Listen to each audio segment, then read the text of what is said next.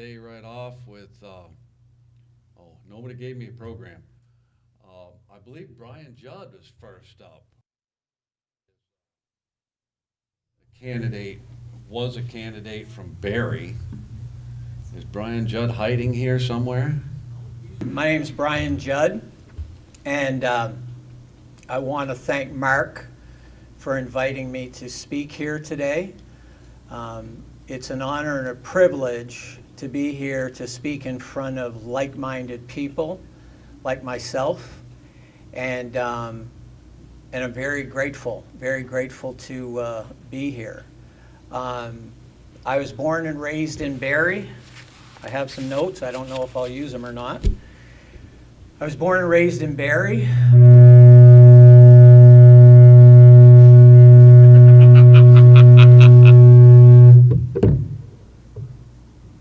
Let's try that. All right. We'll keep trying. I was born and raised in Barrie. My family has owned a small business there for over 100 years. After graduating high school, I went into the military for 5 years. I'm an honorably discharged Navy veteran. I just moved back to Vermont a little over 2 years ago from California. And I know. And I'm so grateful. Every morning when I leave my home, I want to get on my knees and kiss the ground. I'm so grateful to be back here. That looting and building burning and everything else that went on in the summer of 2020, if it mentioned Santa Monica, California, 95% of that was going on 40 to 50 feet from my front door. And thankfully for those looters, I was already moved back here to Vermont, so they lucked out. I moved out there to pursue acting, and that's what I did. And I'm probably the only person in this room that can honestly say that they're not a lawyer, but they have played one on television. I've been on different TV shows, movies, soap operas. All my speaking parts are in soap operas. I did background work, stand-in work, and a little bit of stunt work. And I had a great time. And you know, every time I would come back here, because I was, oh, by the way, how much time do you want me to speak? 20 minutes or so or less. Okay. Whatever works. We kind of started late. Okay. Most important thing I can do today is to end on time. So every time I came back, I started coming back twice a year when I first moved out there, and then it would be once a year. And I would start to talk to people about what I was witnessing in California. And anybody that would listen to me, I would tell them, I said, I think I've seen Vermont's future, and it's out here in California. Little did I know that that's exactly what would happen. And so I apologize for getting to the dance so late in my life. I did not get interested in politics until June of 2015. That's when the big guy came down the escalator, the big guy with the orange hair. And so I started to pay attention, and I finally started hearing somebody who probably had more power, more juice, whatever you want to call it, than I did, who was saying the same things that I was thinking and saying to only my closest friends. And so when I got back to California in 2017, after being here for 6 months, I knew that once I moved back to Vermont that I was going to get into politics. And that's what I did.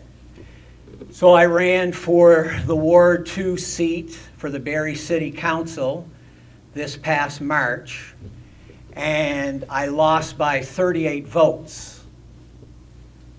Or did I?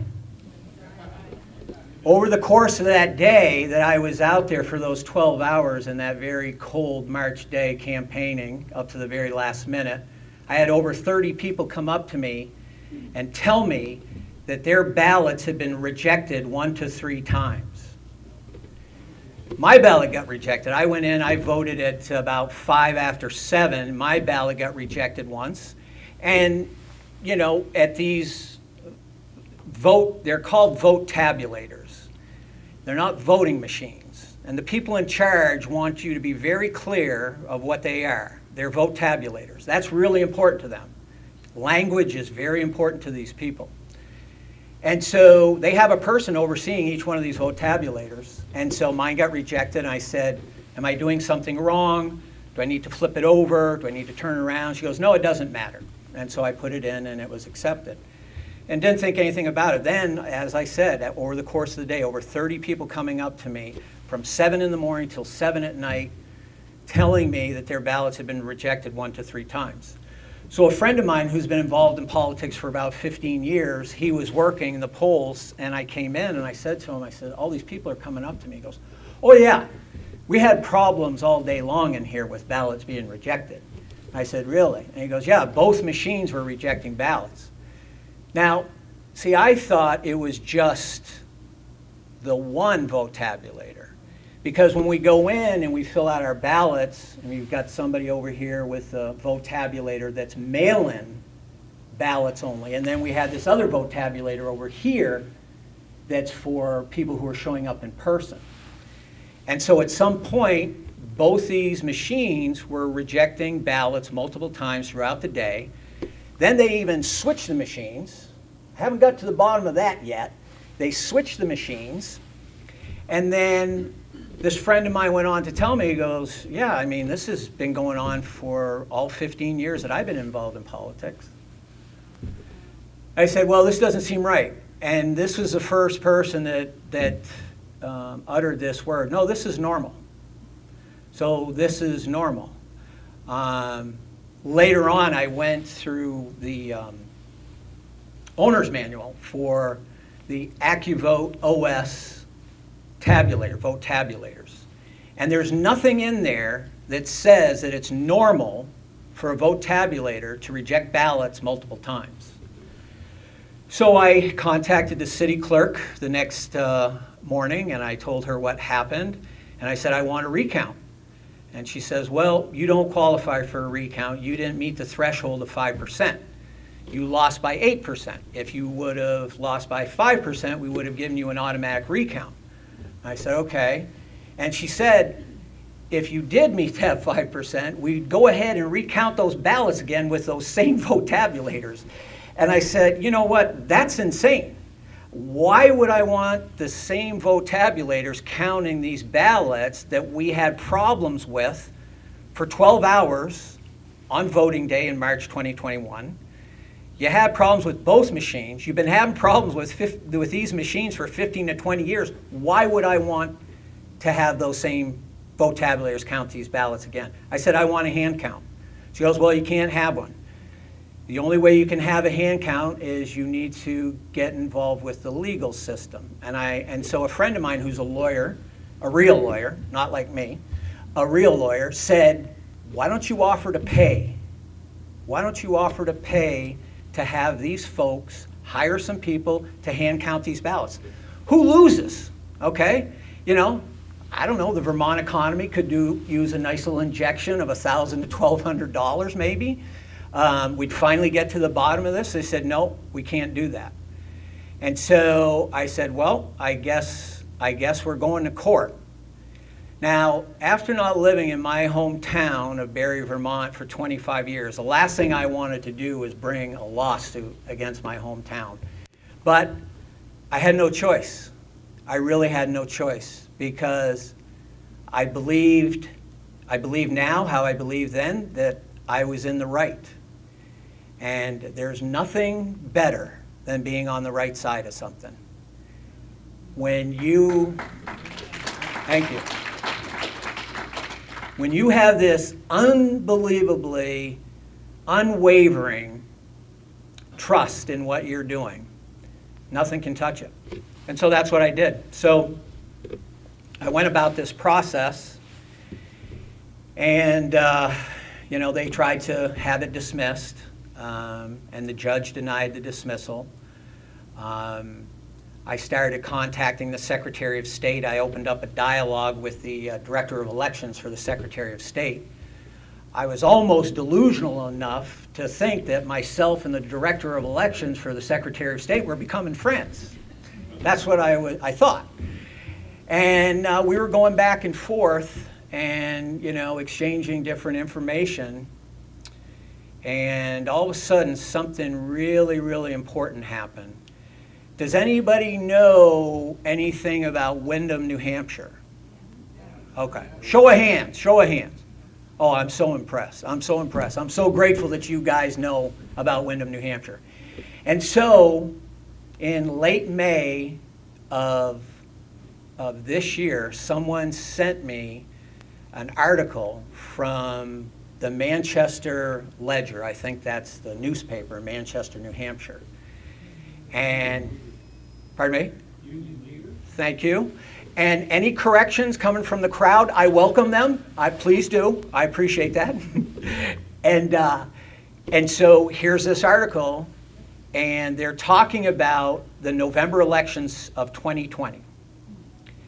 And so what happened, for those of you who don't know about this or have forgotten, what happened is that in that election, there were 4 seats up for state representative for Windham, New Hampshire. And I guess Windham, New Hampshire is somewhat of a conservative stronghold to some degree or another. And so all 4 of those seats were won by Republicans. But the people who really had some influence, that had some knowledge about how elections go in Windham, New Hampshire, thought, yeah, we won, but we should have won by a lot more than this. And so they brought it to the people of Windham, New Hampshire's attention, and thank God for New Hampshire. That's going to be my new epitaph. Thank God for Windham, New Hampshire. That's going on my headstone. That New Hampshire has a governor and a state legislature with courage. And so what those 2 entities did is they ordered a hand recount. And so they did the hand recount 2 weeks after the election in November. And what they discovered was that all 4 of the Republicans that won those 4 state seats all won, but they were all shortchanged for over 200 votes apiece. What they also discovered is that one of the Democratic candidates was given 150 more votes than she should have gotten. So at this point, we know there's a problem with these AccuVote vote tabulators. There's only one way to know if they're inaccurate or accurate. That's compare the count from the vote tabulators and compare that to the hand count. And they did that. Now we have to find out why, and the why is a forensic audit. They did the forensic audit. They discovered that the reason for those extra votes that woman got and why the Republicans got less than they were supposed to is because sometimes these vote tabulators recognize a fold in the ballot as an extra vote. So now we know why the Democrats love mail-in ballots. Now we know why they, more often than we, mail their ballots in as opposed to going ahead and voting in person. Because they know there's an opportunity to get a twofer, 2 votes per ballot. So I went back and forth with the director of elections, and I got him through our emails to verify that the same vote tabulators used, the same vote tabulators and the same vote tabulator computer software used in Windham, New Hampshire was the same vote tabulators and same vote tabulators, some computer software used in my election. And so I had the case, the court hearing was June 29th, and I started to set up my case. One of our speakers that's here today is someone who testified in my case, and she did a great job. And because I didn't have this friendship with the director of elections that I thought I had, I asked him to testify, and he said he'd been advised by the Attorney General to not testify. And so I talked to another lawyer friend of mine. It's good to have friends who are lawyers, or lawyers who are friends, either way. And he said, go ahead and subpoena him. And that's what I did. And so the Attorney General sent me a letter and said, you know what, I'm sorry, but the Director of Elections, Will Senning, is a very busy guy. And this is really something that's kind of beneath him, and we can't free him up to do that. And so the judge got that letter, and the judge said, he didn't say this, but I think this is what he was thinking, bullshit. You're going to show up. This is very important. This is election integrity. This is an important case, and you're going to be there. And so he did. And so I have him under oath what I got him to agree to in those emails that I went back and forth with him over a period of about 2 or 3 weeks. And so unfortunately, the judge did not find for me, and so he dismissed the case. And that's bad news. But see, the good thing about bad news, there's always good news nearby. And the good news is that we live in the best country in the world. And we have freedoms here and rights that a lot of other countries don't have. And so there's this thing called the Vermont Supreme Court. So I appealed this case to the Vermont Supreme Court.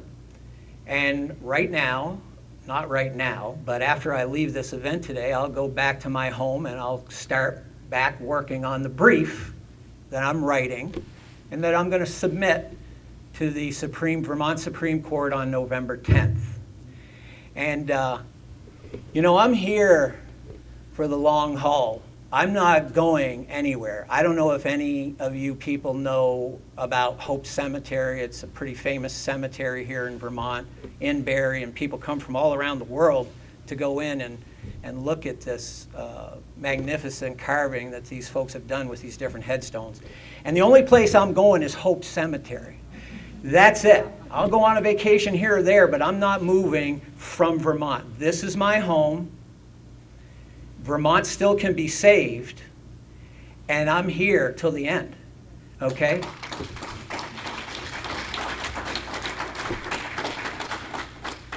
Thank you. I'm not going to quit. I cannot be deterred, and I'm not going to give up. Because if the Supreme Court dismisses my case, then I'm going to go to the Federal Appeals Court in New York. And then wherever I got to go after that, and if I have to end up in Washington, D.C. at the Federal Supreme Court, so be it. I've been to D.C. I don't like D.C. I was actually stationed there for 1.5 years when I was in the Navy. And the last thing I want to do is go to Washington, D.C. after going to New York. But this is too important. And this is just one thing. This is just one thing that they are trying to do to us. Ruin election integrity, all these other things that are happening. And these people are not Democrats, they're not liberals, these people are communists. And communists equals chaos, and that's what this is. If we've just got if we've just got problems with elections, people will go ahead and say, yeah, this happens every other year. It's not that big a deal. But you got a problem with elections. You've got people burning and looting cities. You've got an open border of people coming in. They want us to wear masks to come into this place today if we weren't unvaccinated, but they're letting all these people in illegally from our southern border. And see, everybody has their jumping off point. There's people that are okay with the problems with the election. Yeah, okay, it's no big deal.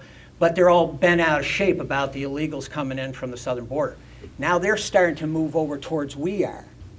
Okay? Now there's some people that are okay with the illegals coming in and with the election problems, but they're not okay with what happened over in Afghanistan. That was purposely done. I started talking to friends of mine about this, like-minded friends like you and all of us are here and myself. And I told them before any of these talking heads started bringing this up that this was done purposely. All that equipment over there is of no more use to us. But they knew that 3 months ago. There's no more money to be made off of that. So we just leave that there. We let things get as bad as they are, and mark my words, we're going back to war in Afghanistan. And we're going to repeat this whole thing all over again. And that's the plan. Okay? And so all these things together, it's just too much. So these different folks, they're moving our way. They're moving our way. They're moving our way. But we still are the silent majority. And people are scared. And they have every reason to be scared. And I don't judge them because I wasn't scared. I was just ignorant. I had to be woken up. And I thought I was a pretty awake kind of guy, but I wasn't. And so it took me June of 2015 to wake up to what was really going around us, okay? 59 years old, and I'm sorry, 55 at that point, to wake up what's going on. And I'm not going back to sleep. So whatever it takes, I'm going to do it. They're going to have to kill me. So I'm here for every one of you. And the last thing I want to say is that what are you doing? What are every one of you doing? You're here today, and that's great. You know, I don't know what you're going to be doing after this. I don't know what you've done before you got here. But there is something for everybody in this room to do. Run for office, like I did. And I'm not done. Well, I'm almost done talking, but I'm not done running for office. It's great having the Supreme Court, but it takes a really long time. So regardless what happens, my election won't be reversed and I won't take that seat. But I'm going to move to Ward 1 and run there. Because guess what? We got another communist up for re-election next year in Ward 1. If not there, move to Ward 3. Guess what? We got another communist up for re-election there as well. If two people who are conservatives are going to run for those two seats and the mayor I don't know what our mayor is, honestly. But if he doesn't run, I'm going to run for mayor. Now, if we have somebody who's like-minded like us, conservative, not Republican, conservative. Because our biggest threat to us of people who think like us are not the communists, it's the rhinos. That's who we have to be most concerned of. And I'm here to tell you right now, thank you, I'm here to tell you right now that I am no rhino. And so if we have people who are like us, that think like us, that are true conservatives, that take that Ward 1, run for that Ward 1 seat, that Ward 3 seat, or that mayor seat, then I'm going to run for state rep against Tommy Waltz or Peter Anthony in November of 22 for the state rep for Barrie. And that's what I'm doing. That's who I am. That's what I am. I had some great conversations with you folks before I came up here today. I appreciate that. And I look forward to talking to any of you after this, giving you my phone number, getting your phone number, your emails, because this is happening right now. We cannot wait. We have no time. We have to act now. We should have acted yesterday, but that's okay. We can't go backwards. We got to go forwards, and we have to act now. And everybody in here has a job to do for this. Run for city council, get on the school board, show up at city council meetings, show up at school board meetings, have your voice heard, get on a committee, help somebody, even if you don't know them, but as long as you have the same ideals, somebody that's running for office, do something for them. There is no job that's too small that none of us can't do. We have to do this. Our future is on the line here. Our lives are on the line here. Our kids, our grandkids, their lives are on the line here. And the bad news is that that's happening. And the bad news is that I got to come up here and talk about this like that. But what's that? We're going to have questions after. See that? I'm ending on time. Okay? You can trust me. You can trust me. I ended on time. Thank you very much.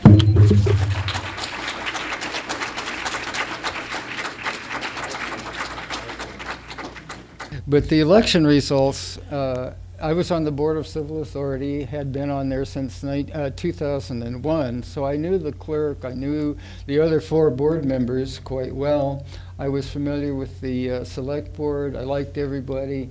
I didn't question anybody's veracity or, their integrity was great. But the election results in 2006 for the auditor's race, there was less than 5% difference in the race. And in a recount, the Democrat won 241 more votes after the recount, and so it switched the election from the Republican and put the Democrat in office. And this was pretty impressive to me. I thought, wow, how can that happen? I know how careful we are on the Board of Civil Authority. You just don't make a lot of mistakes. So I talked to the other members of the board, and I said, how many mistakes do you think Fairleigh may have made? And we didn't make any mistakes. And I said, well, I think we did. How many do you think we might have made? And they said, well, maybe 1 or 2. And I said, well, Fairleigh actually made 15 errors out of 436 votes. And I said, that's really not acceptable. And I said, there were 16 races, and how many more errors could there be undiscovered? What citizen oversight procedure is there for holding the BCA accountable? Election law only allows 10 days after a recount to challenge an election, and then you have to accuse them of fraud, and I wasn't willing to do that. So I could find no standard mechanism in place to review the performance of the BCA. And so I thought, well, should the BCA review the ballots?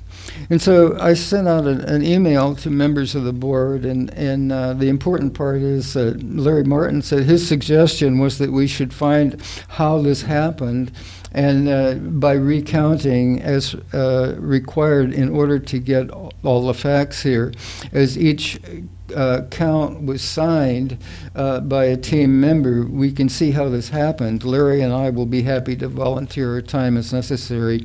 It should not take too long as things are already organized into piles. So what I was saying was just a friendly in-house Board of Civil Authority recount of what we'd already done. We did them in the first place, we put them in the bag, so we should be able to do it. And the chairman of the Board of Civil Authority says, I think that would be a great idea to go over these results in the 2006 midterm election and see where we made our mistakes.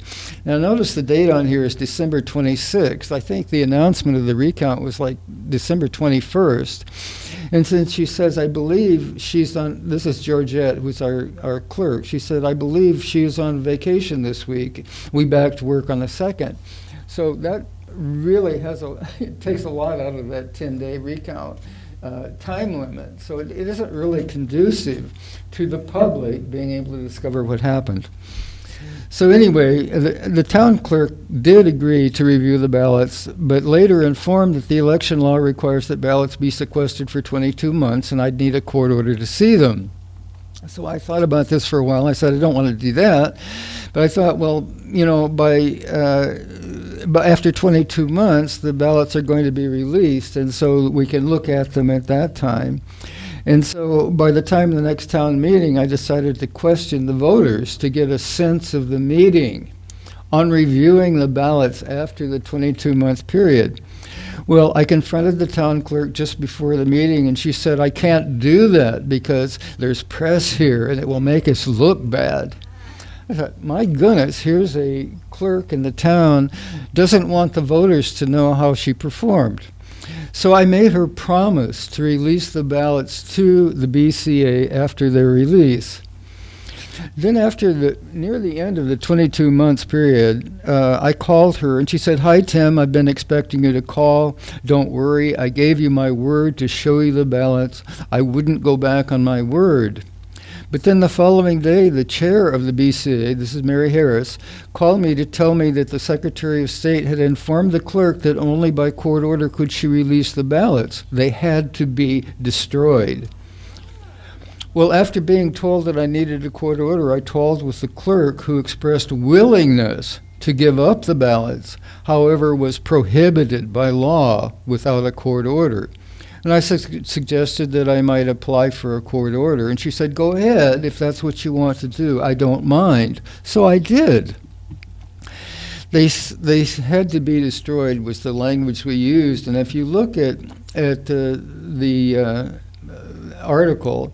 It says, except as otherwise provided by federal law, all ballots and tally sheets shall be retained for a period of 90 days from the date of the election, after which time they may be destroyed. Provided, however, that if a court order is entered prior to the expiration date period, ordering some different disposition of the ballots, the town clerk shall abide by this order. So at the county courthouse, I went to get the order from the court, and I found that I had to sue the town, even though the clerk and the BCA members wanted to do an examination of the ballots.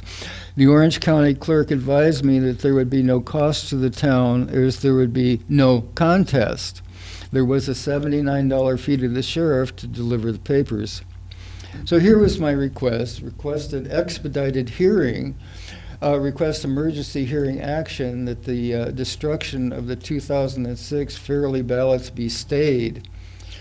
Request a court order as required by the Secretary of State to provide us access to the ballots for the 2006 election, to recount them, particularly the tally sheets, in an open inspection at the Fairleigh Town Hall before they are destroyed or in any way tampered with.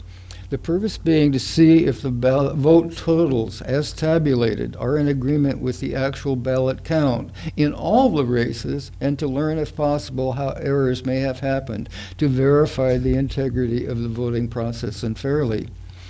Well, on September 11th, the attorney for the town sent me their motion to dismiss the claim that what I was asking for is not provided for in election law. I'm not a candidate contesting the election, not identifying which office I want to recount.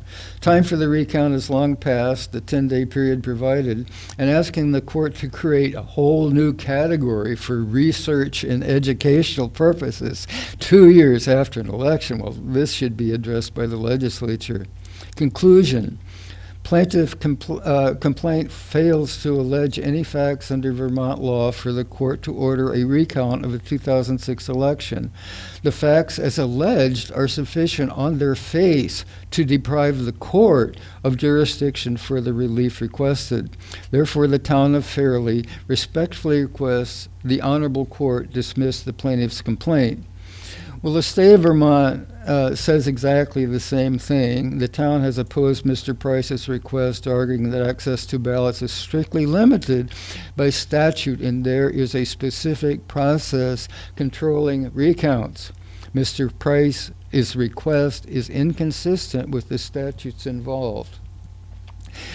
All right, now if you read further past what they just quoted, you'll come to 17 VSA Chapter 51, Article 2617.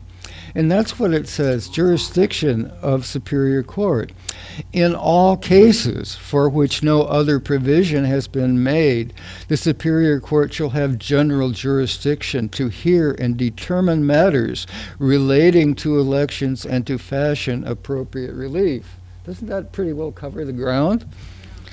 All right, I went to the court hearing November 10th. That day is familiar. November 10th, and I, as the plaintiff against the defendants, the Attorney General's office, Kathy Wolf, the Director of Elections, Peter Berger, Fairleigh Select Board, and Georgia Wolf, the clerk, were on the defendant's side. Well, I'm going to read you now excerpts from what the judge had to say, and this is Mary Teachow. The court grants the state's right to intervene. Court denies temporary injunction as irreparable injury is not shown. In other words, if they destroy the ballots, how does that affect me? The court cannot conclude that there's no possible basis for a declaratory relief action that declared the right of citizens to examine ballots and tally sheets where they have not been destroyed. There is interface here with the public records law, and the argument has been made that this has not been brought as a public records case, and there are prerequisites, and that is true. On the other hand, the allegation has been made that the request was made of the town clerk, and that is the first step required under the public records access law. So what the court will do is to permit Mr. Price to file an amended complaint, 10-day extension. There is an important legal issue here, which is a deprivation of a citizen's right to have access to ballots and tally sheets after their expiration of the secure period. Mr. Price was clearly seeking to bring a clearly articulated claim before the court, so for that reason the motion to dismiss is denied. November 12th, 2 days after the 10th hearing, hand-delivered public record request to the town clerk. And here it is. It says, pursuant to Vermont Public Record Act, VSA 315 to 320, I hereby request scheduling a time to open the bag and review the ballots and tally sheets from the 2006 election. And then here is the law. It says, upon request, the custodian of a public record must promptly produce the records for inspection. If the custodian considers the record to be exempt from inspection, he or she must state this in writing, given the reason for the denial. This certification must be made within 3 business days unless more time is necessary as allowed below. Well, on the 18th, which is 6 days later, I get this from the town's lawyer. Dear Mr. Price, after last Monday's hearing, during which the court refused to issue an injunction prohibiting destruction of the ballots and dismissed your associated claim, the Fairleigh Town Clerk destroyed the 2006 election ballots as authorized by law. This is also to inform you that on behalf of the Fairleigh Town Clerk that your request under Vermont's Public Records Act cannot be met because the documents do not exist.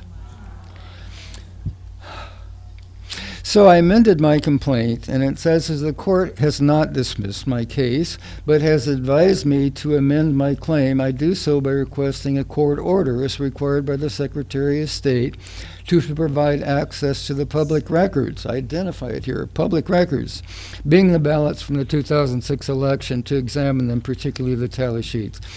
And then finally I go on and it says, further, as the ballots are evidence crucial in determining the actions of the Board of Civil Authority, even though election law allows their destruction or not, at the discretion of the town clerk, I believe that as evidence for the clerk to destroy them while the issue is before the court in order to deflect an investigation from the person should itself be considered an illegal action, and I ask this to be prosecuted.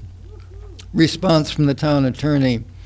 I'll go to the bottom. It says December 2nd. In their second motion to dismiss, the town is asking for dismissal on the grounds that since the ballots no longer exist, the case has been made moot. And I reply that in principle they're saying that I no longer have claim to the evidence that they've now destroyed it. The Superior Court. The question presented is whether the destruction of the sequestered tally sheets and ballots has made the request for public access moot. The general rule is that a case when the issue presented are no longer live or the parties lack a legally cognizable interest in the outcome, a case is moot if a court can no longer grant effective relief.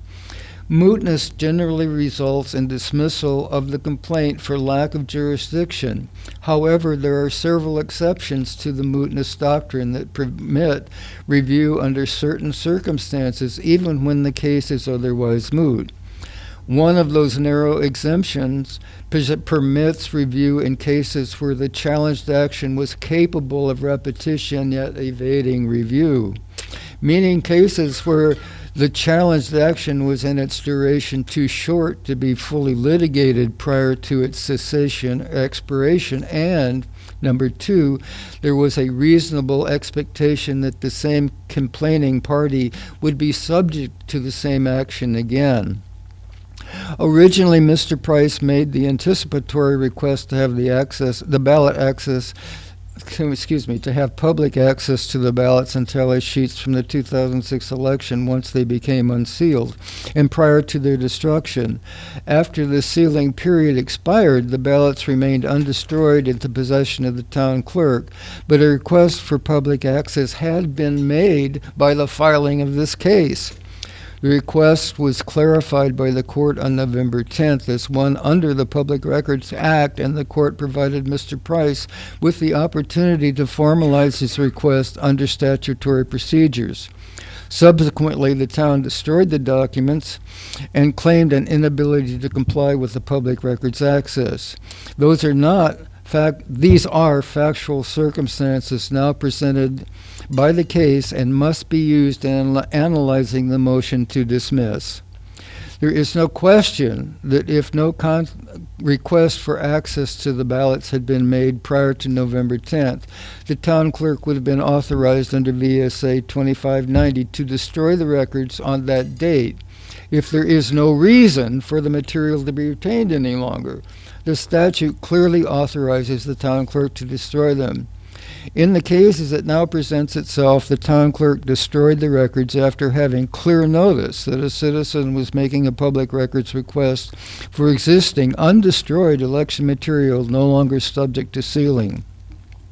The action of a public official in destroying records after a public records request was made appears contrary to the public policy favoring the right to access public documents and records. Yet the town and state argue that the provision of election law trumps the right of public access to the material, even after the expiration of the sealing period. This is a legal issue that requires resolution by a court after careful study and consideration of competing arguments concerning the statutory provisions of the issues and underlying constitutional principles and policies. The case demonstrates that the time period between the record request and the destruction of the records by the town clerk was too short for the legal issue to be fully litigated, and that is likely to be true with any future such request. The situation is highly capable of repetition in the future since by statute the town clerk is the guardian of the ballots and tally sheets.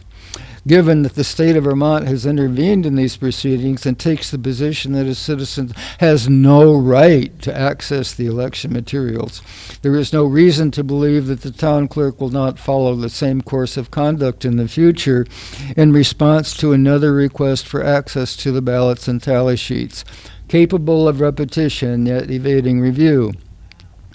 Mr. Price asserts a continuing interest in evaluating the accuracy of town election officials, promoting transparency in local elections, and strengthening the process of democracy.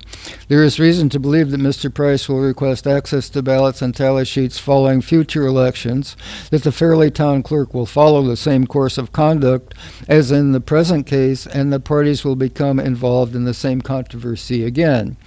For these reasons, the court concludes that the case is moot, but the issues presented are capable of repetition yet evading review. Therefore, there is sound judicial basis for the court to decide the issue. The town's second motion to dismiss on grounds of mootness must therefore be denied. The court directly asked, this is the motion from the town. It says the court directly asked the plaintiff if he intended intended his request to be under Vermont Public Records Act. The plaintiff replied by stating something very close to the following: "I have no idea, Your Honor." I got the transcript. I said nothing like that. That's totally fake, totally false. The facts indicate that there will not be such continuing requests by the plaintiff, nor similar action by the town clerk.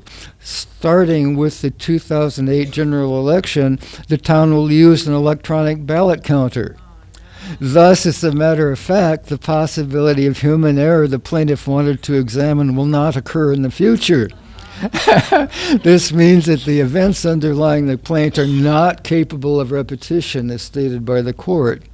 Finally, the town requests that the court order be amended to dismiss the plaintiff's amended complaint. Since the amended complaint is in fact moot, the issue on which the court has invited summary judgment is not present in this case. Well, the Attorney General Sorrell says the finality of elections, these restricted dissemination of sealed election record preserves not just the purity of an election, but also the finality. The need for finality in the election process requires that the time and method of challenging election result be limited at some point, come to an end. For the foregoing reasons, the state respectfully requests the court grant the state's motion for summary judgment. Superior Court Judge. Now, this is the next hearing, and I didn't know this was going to happen, but they removed my former judge, Mary, and have put in Judge Devine is now presiding. The court concludes a general right to inspect ballots in the name of citizen oversight or public accountability is not a relief encompassed within the election statutes. Citizens have the right to inspect public records and documents made and preserved by their government when not detrimental to public interest. The Public Records Act exempts from public disclosure records which by law are designated confidential or by a similar term, and records which by law may only be disclosed to specifically designated persons.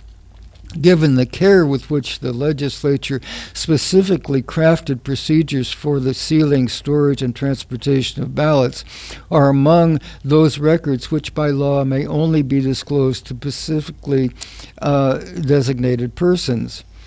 There is a public policy reason for limiting access to sealed ballots only to the enumerated instances permitted under the election statutes. The court understands the plaintiff's request is grounded in citizen oversight and the need for stewards of the democratic process to be held to high standards of accountability.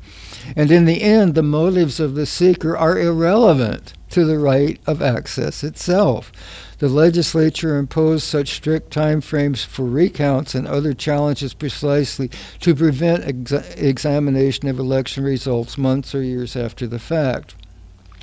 Wherefore, the state of Vermont motion for summary judgment is granted. Plaintiff's complaint is dismissed. And this was the low point in my life. Now, I'm going to skip my appeal to the Supreme Court because you'll get most of what I say in their ruling. I'm going to read just one thing. Our local constable was asked what he would. Oops, let me back up a little bit. Vermont, this is on the only race examined. The Vermont was the second highest in deviation in the 2004 election polls in the country, where we were 10% off from what the election polls were, exit polls, excuse me. So I'm saying this is the end of my Supreme Court appeal. Our local constable, when asked what he would do if errors were found in his work, they raised questions, and he said that as an honest person, he would immediately stand aside and let his work speak for itself. This is what I would expect from Vermont officials. In an Old West card game, if two aces of diamonds should appear, the chief officer of the card game, aka the dealer, would be told to show the deck. He could not say, "Oh no, for the finality of the pot, I'm not going to show you the deck." Nor would the state saloon say, "For the sanctity of the deal, you cannot see the deck."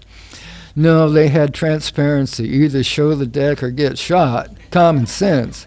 Just as everyone knows, as the rules of the game, it worked for keeping the game clean, provided an end to cheats, and a deterrent to others. These are good habits for a society to have. Okay, I'm going to read you excerpts from the Supreme Court ruling. When the time had run and the election results have been certified, however, the purpose of retaining the ballots under seal has been fully served and the confidentiality requirements rendered superfluous. What the state really appears to be arguing here is that, as the trial court found, the subsequent disclosure may undermine the public's confidence in an election later revealed to contain errors and discrepancies, and the withholding of the ballots therefore serves to preserve purity and stability. Yet even if that were the express overarching goal of assuring public access to review, criticize, and to review and criticize the performance of our public officials, even though such examination may cause inconvenience or embarrassment, plainly must take precedent. We are mindful that the election statute permits but does not require the destruction of the ballots, contrary to the state's claim. This is not a case where two statutory schemes deal with identical subject matter, and we must choose the more specific over the general. The PRA and the case construing it are clear that disclosure is the rule, and that any other statute for confidentiality for limited disclosure of records by law must be strictly construed in reference to the overriding goal. The practical question of enforcement remains to be considered. The trial court here denied plaintiffs' request for a preliminary injunction to preserve the ballots from destruction, reasoning that any right to public access was subject to the town's discretionary authority to destroy them after 90 days. Not surprisingly, that is precisely what happened. Under circumstances where a PRA request is pending, however, this destruction must be treated as unauthorized. The PRA establishes a clear, orderly process for handling of PRA requests, and we discern no basis to exempt this or any similar request from its provisions. While the custodian may have a good faith belief that the records may be destroyed in reliance upon election statutes, nevertheless, this is precisely the sort of legal conclusion that the PRA review process was established to determine. Accordingly, we hold that the discretionary authority to destroy the ballots and tally sheets after the preservation period has expired must be stayed when a public records request for the material is filed pursuant to, and the stay must remain in effect until the request is resolved. The trial court found, despite the destruction of the ballots, this case qualified for consideration under the settled exceptions for cases capable of repetition yet evading review. The state has not challenged the trial court's finding that plaintiff will likely continue based upon his continuing interest in the evaluating the town's election officials, and the town's response will likely be the same. These findings are not undermined by the state's claim, since town's conversion to electronic scanning machines to read the tally ballots, human error is less likely to occur in the future. Indeed, it is precisely to test such assertions that this action was filed. The trial court was correct to entertain plaintiff's petition, but erred in ruling that the records requests were exempt from disclosure under the Public Records Act, and erred in granting summary judgment in favor of the town and the state. The judgment is reversed. Thank you. One of the judges had a dissenting opinion, and I think it's worth hearing. I want to read that. I also emphasized that in reaching its conclusion that the town had circumvented the orderly process of citizen access, the majority itself is selective in describing the orderly process and access to them. We are dealing here with records that do not exist. In this case, the town followed the letter of the law, even so explained by the majority. But by the time the plaintiff filed access to public records requests for the town responded that they had no records that met his request. This opinion comes down during a legislative session in which the legislature is considering amending the PRA. Whatever the outcome of this case, I hope the legislature will consider the issue confronting us and specifically amend the language of the statute to more clearly define the interrelationship between the right of public access and the authorization to destroy public records where it exists.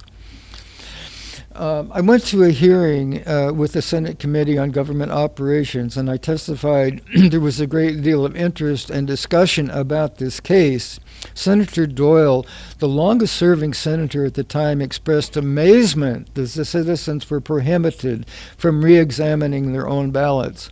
The Public Records Act has since been amended, and the election material is no longer excluded from public access. Finally, the Price, this is from the Journal Opinion, and it said Price said he intended to testify before the legislature where the election laws are now being reviewed, but he has accused the town and the clerk and the BCA of misconduct in the process. In my quote, the emphasis seemed to be more upon protecting the BCA and the process rather than the integrity of the vote. Since this was in litigation, she should have held the ballots. It is this accusation that rankles most of the BCA members. Price had worked with them since 2001. In my reply here is the only accusation of misconduct are the 15 errors made in one race. Those speak for themselves, raising the question, are our officials reporting the voters' intent accurately in the election? And in the final paragraph of that Journal Opinion article, it says, "We were elected for trust, and we take it pretty seriously," said Martin. And the chairman of the Board of Civil Authority said, "Nobody has questioned our election, our integrity before," said Harris. "It hurts." So they did a complete flip-flop.